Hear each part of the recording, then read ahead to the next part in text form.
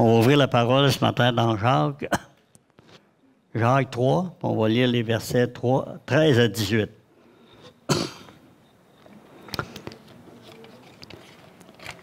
Le livre de Jacques est un livre qui souvent a été mis de côté par même l'Église. Parce que c'est un livre qui parle très puissamment. C'est un livre qui nous parle à tous, mais très puissamment. C'est dans ce livre qu'il nous est dit que tu crois qu'il y a un seul Dieu. Les démons au fond de l'enfer, ils y croient aussi. Mais la différence de toi, c'est qu'eux, ils tremblent. Hein? Alors, c'est pas facile d'entendre quand on l'entend, mais le Jacques s'adresse à chacun d'entre nous. Alors, on peut se lever pour la lecture de la parole ce matin. Jacques 3, 13 à 18. Merci, Seigneur. Merci de nous toucher, Seigneur Dieu, pour ce passage de ta parole. Merci de me oindre pour donner et de oindre mes frères et sœurs pour recevoir. Nous devons avoir la même onction, Seigneur. Dans le nom de Jésus. Amen. Lequel d'entre vous est sage et intelligent, qu'il montre ses œuvres par une bonne conduite avec la douceur de la sagesse. Mais si vous avez dans votre cœur un zèle amer et un esprit de dispute, ne vous glorifiez pas et ne mentez pas contre la vérité. Cette sagesse n'est point celle qui vient d'en haut, mais elle est terrestre, charnelle, diabolique. Car là où il y a un zèle amer et un esprit de dispute, il y a du désordre et toutes sortes de mauvaises actions. La sagesse d'en haut est premièrement pure, ensuite pacifique, modérée, conciliante, pleine de miséricorde et de bons fruits, exempte de duplicité et d'hypocrisie. Le fruit de la justice est semé dans la paix par ceux qui recherchent la paix. Soyons-nous. Assoyons-nous ce matin. Ma sagesse. Ce matin, je suis devant ce texte des Écritures, et toute la semaine, j'étais devant ce texte des Écritures. Et puis, la question qui venait dans mon esprit, ma sagesse à moi, de quoi est-elle faite? De quoi est-ce que je veux qu'elle soit faite, ma sagesse à moi? Est-ce que je vais continuer dans les... Vous savez que la parole de Dieu, surtout spécialement dans Jacques, il ne fait aucune exception de personne. Dans Jacques, il nous parle à tous et chacun d'entre nous. Tous et chacun d'entre nous. Et il nous dit qu'il y a des formes de sagesse que l'homme se croit sage, mais que cette sagesse est terrestre, charnelle, diabolique. Est-ce que c'est possible, Seigneur, que dans l'Église, ton Église, frères et sœurs, ne soyons pas dupes, réfléchissons à nos pensées, réfléchissons à nos actions, rappelons-nous des choses qui se sont passées dans notre vie, rappelons-nous de certaines de nos paroles, rappelons-nous de certaines de nos actions qui n'ont sûrement pas glorifié son nom et qui n'ont certainement pas été à l'honneur de ceux qui partageaient notre vie. Est-ce qu'on est d'accord? Alors, c'est parti de notre vie où ces actions étaient, notre sagesse était influencée par les actions que nous produisions. Et elle était alors terrestre, charnelle, diabolique. Et la première forme de cette sagesse vient d'un zèle, d'un cœur au zèle amer et un esprit de dispute, les versets 14 et 15 que nous avons lus. 14 et 16 plutôt. Il nous dit, car là où il y a un zèle amer, il y a un esprit de dispute, il y a du désordre et toutes sortes de mauvaises actions. Comment on gère le zèle amer? C'est ce qu'on va regarder un petit peu tout à l'heure. La deuxième forme, pour la deuxième, il est dit au verset 18, « Le fruit de la justice est semé dans la paix par ceux qui recherchent la paix. » Et ce matin, mon esprit doit être touché, frères et sœurs. Chacun de nous, dans notre esprit, on doit être touché. Dans nos cœurs, on doit être touché. Est-ce que vraiment, Seigneur, est-ce que vraiment mon cœur est attaché en tout temps à rechercher la paix? À rechercher, à côtoyer les hommes, les femmes que tu as créées à ton image et à ta ressemblance. Est-ce que j'ai la paix Puis est-ce que je procure la paix? Est-ce que vraiment je recherche ta paix, Seigneur? Et est-ce que je la donne aux autres vraiment du fond de mon cœur? Après 38 ans de vie chrétienne et 35 ans de ministère, frères et sœurs, tout à l'heure, on chantait le chant « Quand viendra la fin ». Hein? La fin va venir bientôt, là, mon ministère. Vous avez entendu parler que le pasteur de Rimouski, l'Église de Pentecôte, a donné sa démission pour le 12 décembre. Et il va y avoir des changements. Il a 65 ans, il va avoir 65 ans, puis il est malade, on me dit. Alors, moi, j'ai 75 ans demain. Et je ne suis pas en bonne santé non plus. Et la fatigue de plus en plus m'accable. Et sachez, frères et sœurs, que bientôt va venir la fin. La fin de mon ministère actif, la fin d'être capable de faire ce que je fais. Même plus capable de me tenir debout tout le temps de la louange. Donc, les choses ont changé, frères et sœurs. Après 38 ans de ministère, et 38 ans de vie chrétienne et 35 ans de ministère, je peux vous dire, sans me tromper, que la première forme de sagesse semble tellement belle et courageuse.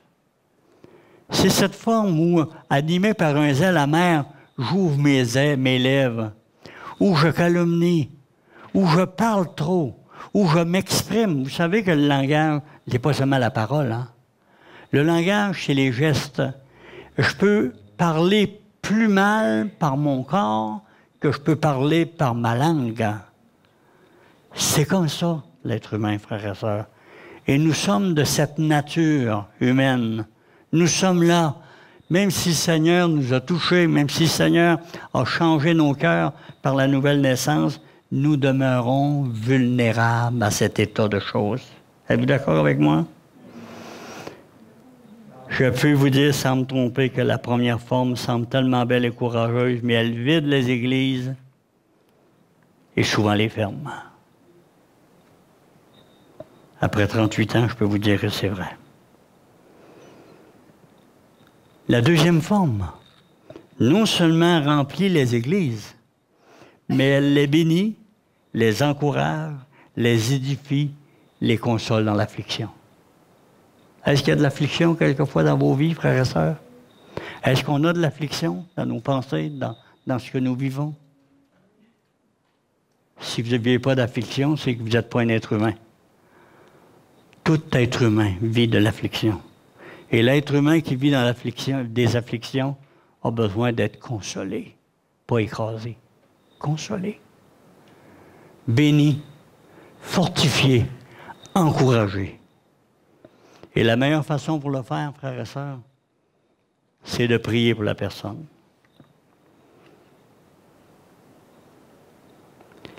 La première sagesse, frères et sœurs, est celle du moi. Elle veut tout gérer par elle-même. Elle est la norme de la vie de l'Église. Regardez à moi, regardez ce que je suis ce matin. Et vous devez vous conformer à mon image. Ça, c'est la forme charnelle, la première forme. Et elle veut tout gérer par elle-même. Elle est la norme de la vie de l'Église, ainsi que des maisons des croyants, pour laquelle elle est sans miséricorde. Elle dit, je suis la norme, mes pensées sont les pensées de Dieu, et je suis l'expression de sa parole. Regardez vers moi. La parole de Dieu dit non, regarde vers Dieu. Regarde vers Dieu, regarde vers sa parole. Elle va corriger ces lacunes qui sont inhérentes à la vie terrestre, inhérentes à la vie d'un homme, d'une femme. Nous sommes pécheurs, par nature, sauvés par le sang de Christ et amenés à marcher avec lui dans la vérité. Est-ce que ça veut dire qu'on ne peut pas parler? Est-ce que ça veut dire que Dieu n'a pas pourvu dans l'Église des mécanismes pour la vie dans l'Église? Alléluia. La parole nous aide en tout temps et nous pousse à agir avec le cœur et l'œil de Dieu. Et il y a des façons de régler les choses dans l'Église, dans nos vies, avec les frères et les sœurs qui sont inscrits dans la parole. Ce que nous venons de lire, frères et sœurs, fait suite à un autre passage des Écritures, qui celui-là est encore plus incisif pour chacun d'entre nous, parce que là, il nous touche en plein cœur. Personne ne peut contredire ce passage des Écritures, et chacun est appelé à le mettre pleinement en application dans sa vie, à rechercher avec Dieu, à contrôler ce que nous verrons. Mes frères, à partir du verset 1 du chapitre 3, mes frères, qu'il n'y ait pas parmi vous un grand nombre de personnes qui se mettent à enseigner, car vous savez que nous serons jugés plus sévèrement. Première des choses, frères et sœurs, celui qui commence à enseigner, celle qui commence à parler de la part du Seigneur. Soyons assurés que nous parlons bien de la part du Seigneur. Que nos enseignements sont à la fine pointe de ce que le Seigneur lui-même dirait parmi les hommes. Car nous serons jugés plus sévèrement. Vous connaissez ces passages dans Hébreux 13 où il dit que celui qui est en charge, les anciens qui sont en charge dans les assemblées, devront rendre compte à Dieu un jour des âmes de chacun d'entre nous. Amen? Alléluia. Nous bronchons tous de plusieurs manières, verset 2. Si quelqu'un ne bronche point en parole, c'est un homme parfait, capable de tout tenir son corps en bride. Et ça, c'est pas facile à trouver. Si nous mettons le mort dans la bouche des chevaux pour qu'ils nous obéissent, nous dirigeons ainsi leur corps tout entier. Voici même les navires qui sont si grands et que poussent des vents impétueux sont dirigés par un très petit gouvernail au gré du pilote. De même, la langue est un petit membre. Elle se vante de grandes choses. Voyez comme un petit feu peut embraser une grande forêt. La langue aussi est un feu. C'est le monde de l'iniquité. La langue est placée parmi nos membres, souillant tout le corps et enflammant le cours de la vie, étant elle-même enflammée par la gêne. Toutes les espèces de bêtes, d'oiseaux, de reptiles et d'animaux marins sont domptées et ont été domptées par l'homme. Mais la langue, aucun homme ne peut la dompter. C'est un mal qu'on ne peut réprimer et elle est pleine d'un venin mortel. Par elle, nous bénissons le Seigneur, notre Père, et par elle, nous maudissons les hommes faits à l'image de Dieu. De la même bouche sortent la bénédiction et la malédiction. Il ne faut pas, mes frères, qu'il en soit ainsi. La source fait-elle jaillir par la même source l'eau douce et l'eau amère? Un figuier, mes frères, peut-il produire des olives ou une vigne des figues? De l'eau salée ne peut pas non plus produire de l'eau douce. Un passage de la parole de Dieu, frères et sœurs, qu'on ne cite pas souvent. On n'en parle pas souvent. Et je ne dis pas ce matin qu'il y a des problèmes ici dans l'Assemblée. Il y a une mise en garde du Seigneur, afin qu'il n'y en ait pas. Comprenez-vous? Afin qu'on ne se cause pas des problèmes et qu'on n'en cause pas aux autres autour de nous. C'est un monde. La langue aussi est un feu. C'est le monde de l'iniquité. La langue est placée parmi nos membres, souillant tout le corps. Elle est tellement facile à parler. Elle se vante de tellement de choses. Elle est tellement docile à nos caractères souvent vicieux pour pointer, pour toucher. Ah oui, c'est un bon frère. Ah oui, c'est un bon frère, mais Juste un petit mot. M-A-I-S. 4 petites lettres. Mais qui démolissent un ministère, qui démolissent un frère, qui démolissent une sœur, d'une manière plus exactement qu'un coup d'épée pourrait faire dans son propre cœur. Mais, combien de fois, nos petits mais, frères et sœurs, viennent démolir. Comment j'ai entendu de prière. Seigneur, je te prie ce matin, aide mon pasteur, que jamais l'orgueil n'effleure sa vie. Et sur le web au complet, tout le monde va savoir que le pasteur a peut-être des problèmes avec l'orgueil. Attention, même à nos prières, frères et sœurs, parce que c'est la langue qui les prononce. Et la langue, la parole de Dieu nous dit ce matin que la langue a cette façon de tordre les choses pour les rendre belles tout en les empoisonnant pour les rendre capables de tuer. Et il dit au verset 7, « Toutes les espèces de bêtes et d'oiseaux, de reptiles et d'animaux marins sont domptés et ont été domptés par la nature humaine. Mais la langue, aucun homme ne peut la dompter. » Frères et sœurs, c'est à nous qui parle. C'est de notre langue qui parle. C'est pas de la langue des autres ce matin-là. C'est de ma langue. C'est de notre langue à nous autres. Elle est capable de tout.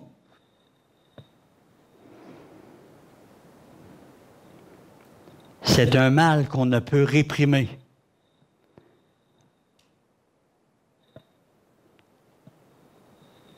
Avez-vous déjà vu tout le paquet de plumes qui sort d'un poulet qu'on a tué quand ils sont séchés? Lâchez-les au vent et ensuite essayez de les rattraper pour les replanter sur le poulet. Il va y avoir énormément de ces petites plumes que vous ne pourrez retrouver, mais qui iront faire du ravage et de la pollution ailleurs. Oh, c'est pas les grandes affaires, frères et sœurs. C'est pas les grosses choses. La langue est plus subtile que ça. La langue, dans sa démolition, dans son travail de démolition, et elle en est capable, c'est dans les petits détails. Les petites virgules bien placées à la bonne place, qui servent de flèche pour empoisonner le courant de la vie d'un autre autour de nous. Arrêtons de parler, car de la même bouche sortent la bénédiction et la malédiction. Il ne faut pas, mes frères, qu'il en soit ainsi, la parole de Dieu nous dit. Arrêtons de parler, prions et laissons Dieu agir. Amen. Dans Jacques 2, verset 12, parlez et agissez comme devant être jugés par une loi de liberté. Amen. Parlez et agissez comment être jugés, devant être jugés comme devant être jugés par une loi de liberté. Que veux-tu dire par là?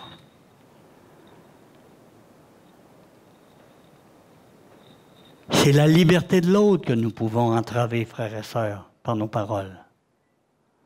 Et lorsque Dieu, sa parole nous jugera, c'est en fonction des jugements erronés, trop rapides, mal informés, qui auront brimé la liberté de l'autre.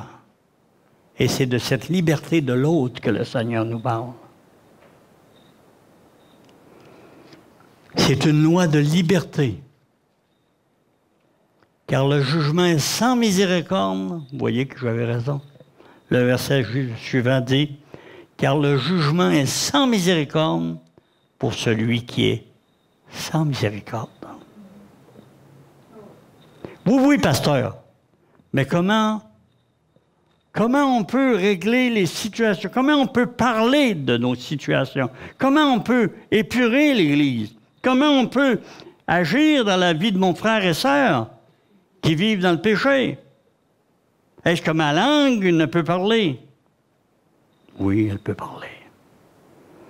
Elle peut parler aux personnes qui ont péché. Et elle peut parler d'une manière selon ce que la parole de Dieu dit de le faire. Amen.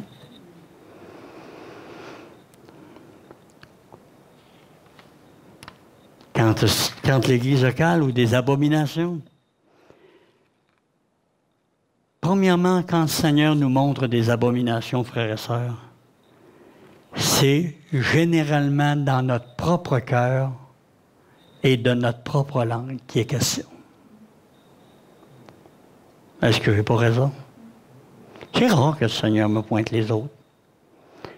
Quand ça pointe les autres, je regarde derrière moi, c'est probablement le même qui a parlé à Pierre, quand Pierre a dit « Jamais t'arrivera ça, Seigneur. » Et Jésus est retourné vers Pierre, pas n'importe qui, Pierre, puis il a dit à Pierre « Arrière de moi, Satan, car tu mets en scandale. » Alors, il faut que je regarde bien qui est derrière moi et qui anime ma langue. Il faut que je regarde, il faut que je sois sûr de ce qui se passe là derrière moi. C'est généralement notre cœur et nos langues. Et la solution pour ce passage des Écritures est simple, frères et sœurs.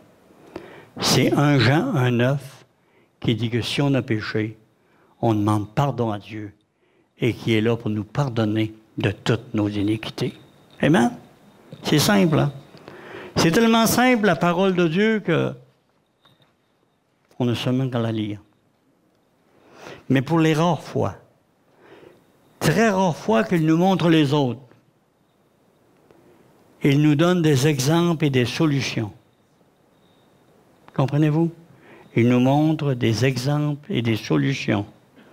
Premièrement, dans 1 Corinthiens 5, les versets 9 à 12.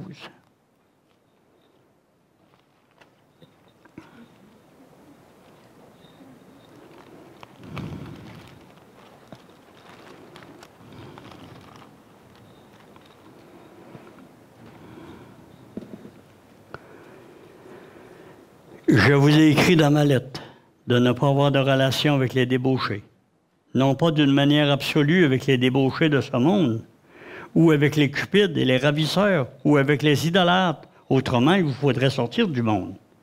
Maintenant, ce que je vous ai écrit, c'est de ne pas avoir de relation avec quelqu'un qui se nomme mon frère est débauché, ou cupide, ou idolâtre, ou outrageux, ou ivrogne, ou ravisseur, de ne pas même manger avec un tel homme.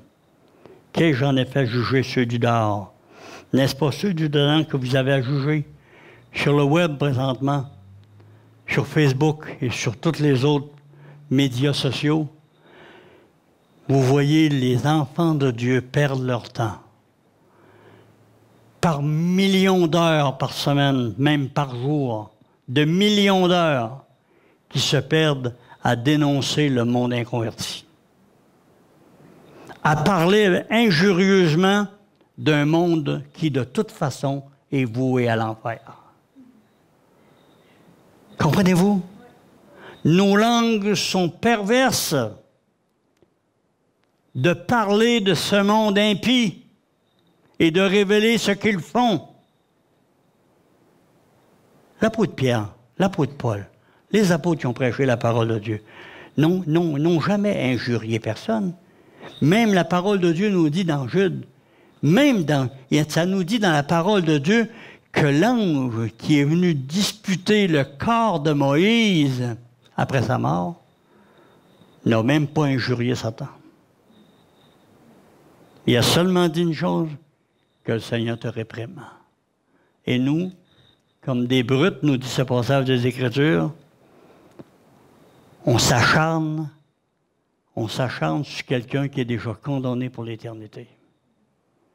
Et on s'acharne à parler au lieu de bénir, au lieu de parler, au lieu d'ouvrir nos bouches et de dire « Le monde est impie, mais Christ le Seigneur est mort pour un monde impie. » Amen.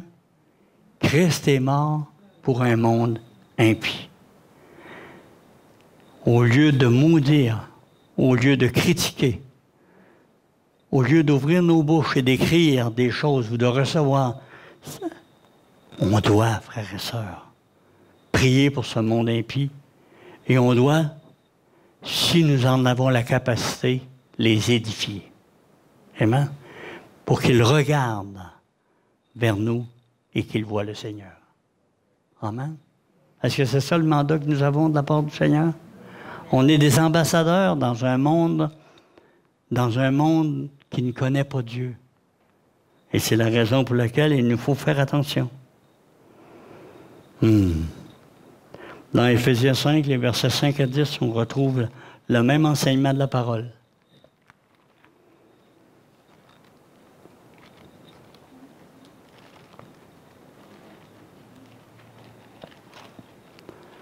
« 1 Corinthiens 5, j'ai dit.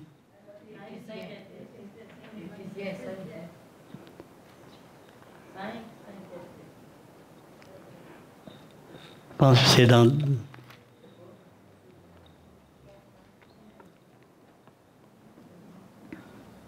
Éphésiens 5.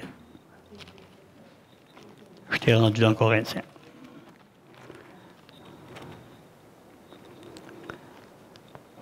Pour nous, non. Excusez-moi. Car sachez-le bien, aucun débauché ou impur ou cupide, c'est-à-dire idolâtre, n'a d'héritage dans le royaume de Christ et de Dieu. Que personne ne vous séduise par de vains discours, car c'est à cause de ces choses que la colère de Dieu vient sur les fils de la rébellion. N'ayez donc aucune part avec eux. Autrefois, vous étiez ténèbres, et maintenant vous êtes lumière dans le Seigneur. Marchez comme des enfants de lumière, car le fruit de la lumière consiste en toutes sortes de bonté, de justice et de vérité. Examinez ce qui est agréable au Seigneur. Amen? La parole de Dieu nous montre ici que ceux qui ne marchent pas avec le Seigneur, qui marchent dans ces abominations que nous venons de lire, sont condamnés. La parole de Dieu nous dit simplement de ne pas marcher dans leur œuvre morte, dans leur œuvre de démolition, dans leur œuvre de putréfaction, je veux dire, mais de marcher dans les voies de Dieu, de l'écouter lui. Amen?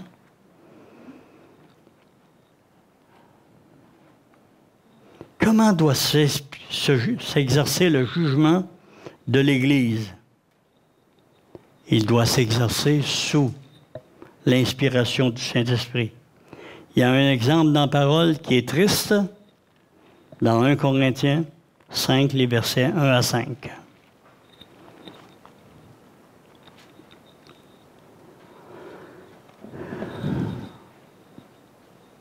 Dans ce passage des Écritures, la parole nous donne un cas épouvantable.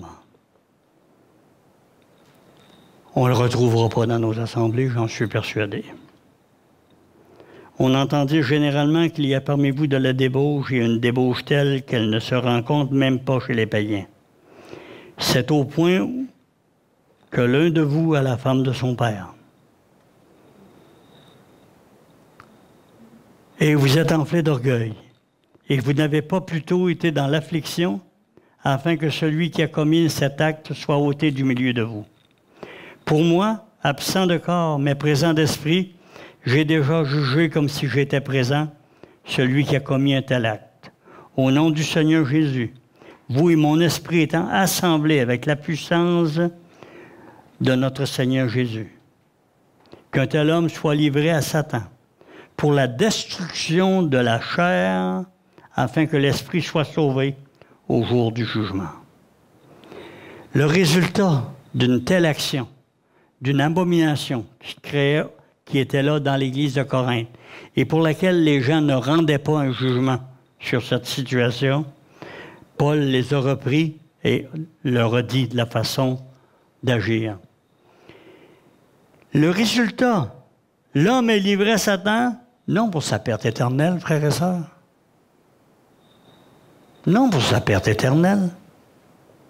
Satan ne pourra pas faire plus que de s'attaquer à sa chair. Et Dieu y verra. Vous connaissez l'histoire de Job? Lui, c'était un homme bon, un homme droit. Satan n'a pas eu le droit de s'attaquer plus qu'à sa chair, pas à sa vie. Et ici, l'homme qui est livré à Satan, l'est délivré afin que sa vie, son âme soit délivrée des désirs de la chair qui corrompaient sa vie. Mais Dieu ne permettra pas que l'ennemi aille plus loin. Et dans 2 Corinthiens 5:11, il fait une recommandation suite à cette situation. 2 Corinthiens 5:11.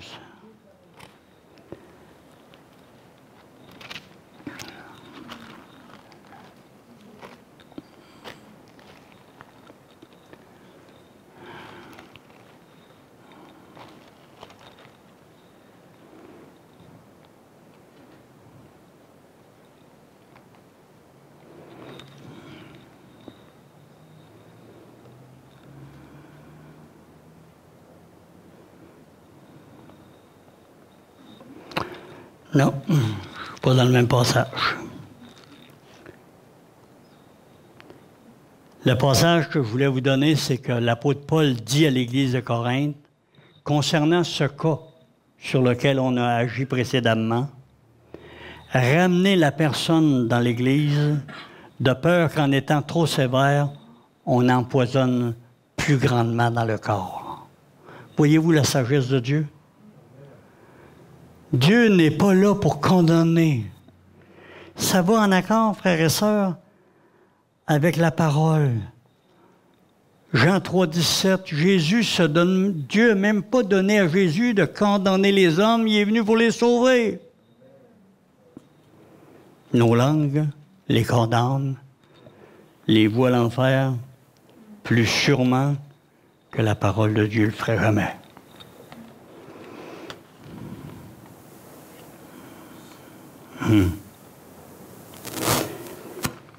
Maintenant, regardons, frères et sœurs, dans Matthieu 18, les versets 15 à 18.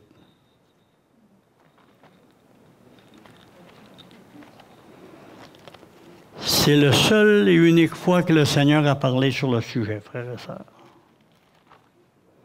Puis il nous a donné quand est-ce que c'était le temps de parler et comment on devait régler les situations dans la vie de l'Assemblée locale.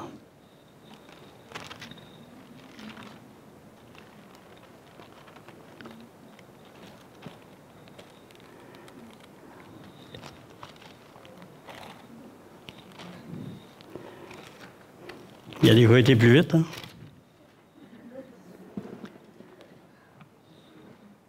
Voici. Si ton frère a péché, va. Et si ton frère ou ta sœur ont péché, va et reprends-le entre toi et lui seul. S'il t'écoute, tu as gagné ton frère. Mais s'il ne t'écoute pas, prends avec toi une ou deux personnes afin que toute l'affaire se règle sur la déclaration de 2 ou de 3 témoins. S'il refuse de les écouter, dis-le à l'Église, et s'il refuse aussi d'écouter l'Église, qu'il soit pour toi comme un païen, un publicain. Ça, c'est la sagesse de Dieu, frères et sœurs. Un long processus de temps qui donne à la personne coupable une occasion, par sa sœur, par son frère, de se détourner de sa voie. Et c'est un long processus. C'est un processus qui dure. C'est pas une journée, je vais la voir, le lendemain, je vais le voir, puis le surlendemain, on vient de régler son cas devant le juge, puis il est condamné. C'est pas ça que la parole de Dieu nous donne. Ce sont des temps de valeur entre chaque où nous donnons à la personne et que nous prions pour elle ou pour lui, de façon à ce qu'il rectifie sa voie. Amen? On n'est pas pour approuver la voie du pécheur, mais on est là pour l'aider en signalant à lui-même son problème. J'étais à une petite histoire dans la première église où j'étais pasteur. Un jour, 2 hommes me font demander. On y va, moi et Claudine. On va les rencontrer chez le plus jeune. Et là, dans la maison, le plus jeune dit, « Pasteur, on vous a fait venir parce qu'il y a du péché dans l'Église. » Il y a un homme de l'Assemblée, et il nomme le monsieur, qui regarde les femmes pour les convoiter.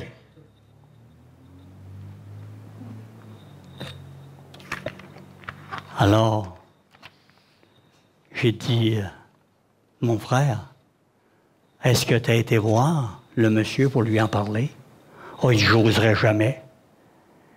Et j'ai dit, vous, monsieur, le papa était là, vous, avez-vous été lui en parler? Oh, il dit, jamais, j'oserais faire ça. C'est sûr que le monsieur n'était pas facile. Mais j'ai dit à ces 2 messieurs, tant que vous n'aurez pas parlé au monsieur, je ne veux plus même que vous en parliez puis que même vous me le mentionniez devant moi. Parce que ce n'est pas de mes affaires. Vous n'avez pas fait votre travail, je ne suis témoin d'aucune de ces situations dont vous parlez et je ne suis pas pour gérer une culpabilité que je ne connais même pas s'il y a culpabilité. J'en ai jamais plus entendu parler, jusqu'à ce jour. Nous sommes appelés à la même chose que le Seigneur, frères et sœurs. Et dans Jean 20, 21, ça nous dit, « Comme le Père m'a envoyé, moi aussi je vous envoie. » Il nous envoie faire quoi sur la terre, le Seigneur? Apporter la miséricorde autour de nous. Comme le Père m'a envoyé, moi aussi je vous envoie. Le Seigneur a envoyé Jésus pour sauver le monde, non pas pour le condamner. Que personne d'entre vous, en conclusion, frères et sœurs, ne souffre comme meurtrier ou voleur ou malfaiteur ou pour s'être ingéré dans les affaires d'autrui. 1 Pierre 2, verset 15.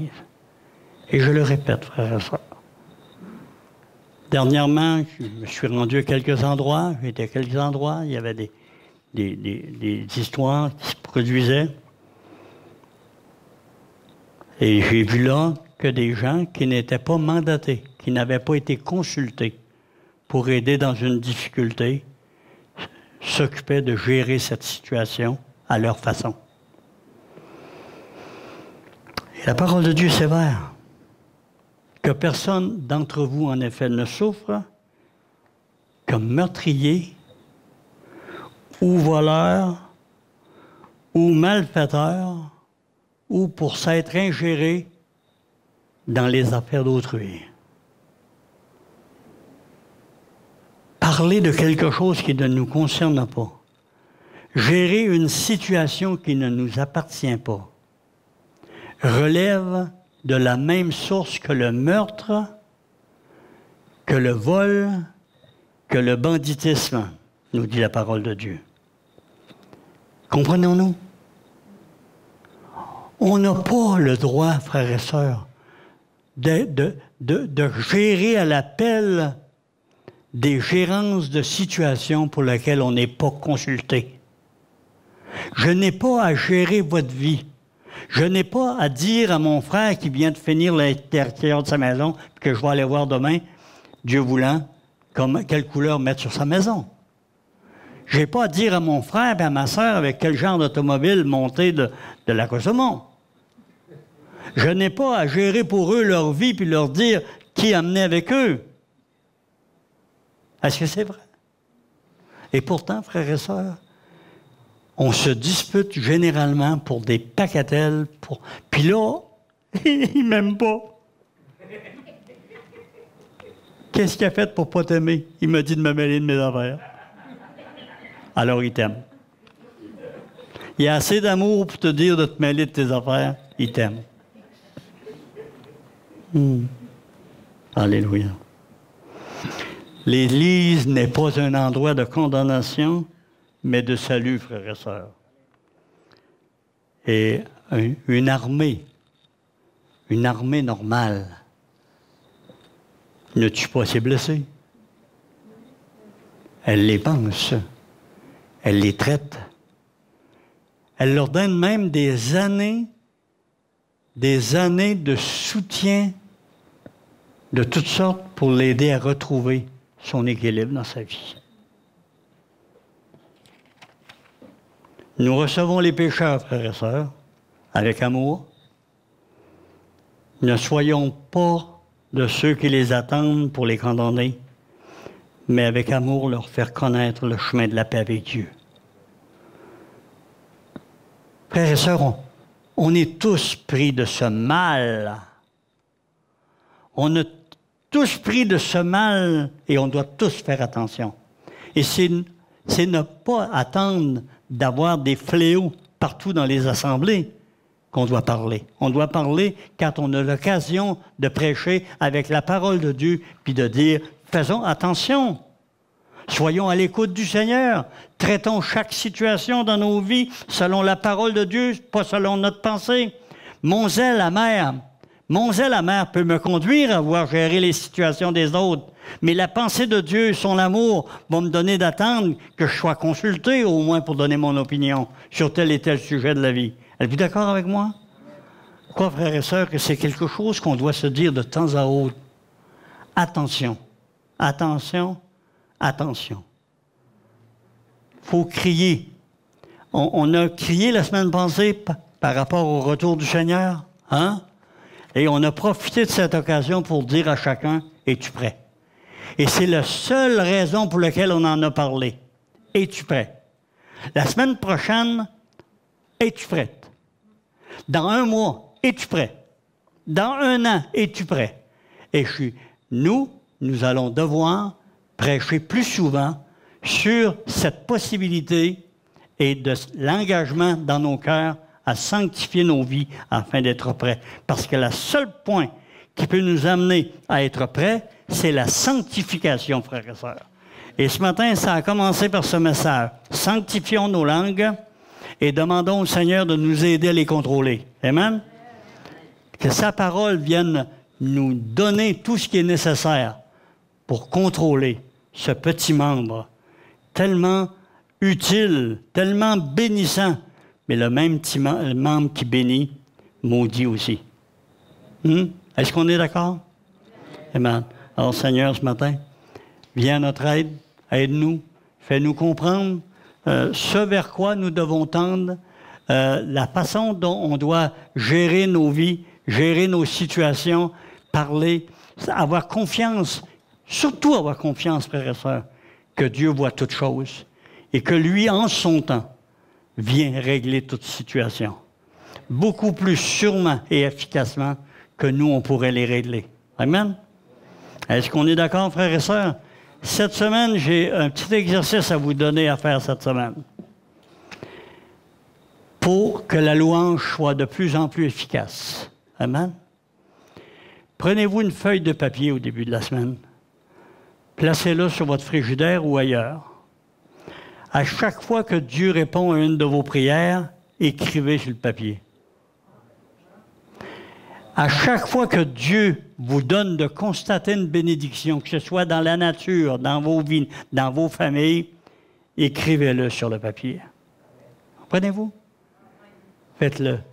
Et dimanche prochain, frères et sœurs, Dieu va nous aider avec cela à meubler nos temps de louange et avoir des paroles à dire pour encourager les frères et les sœurs.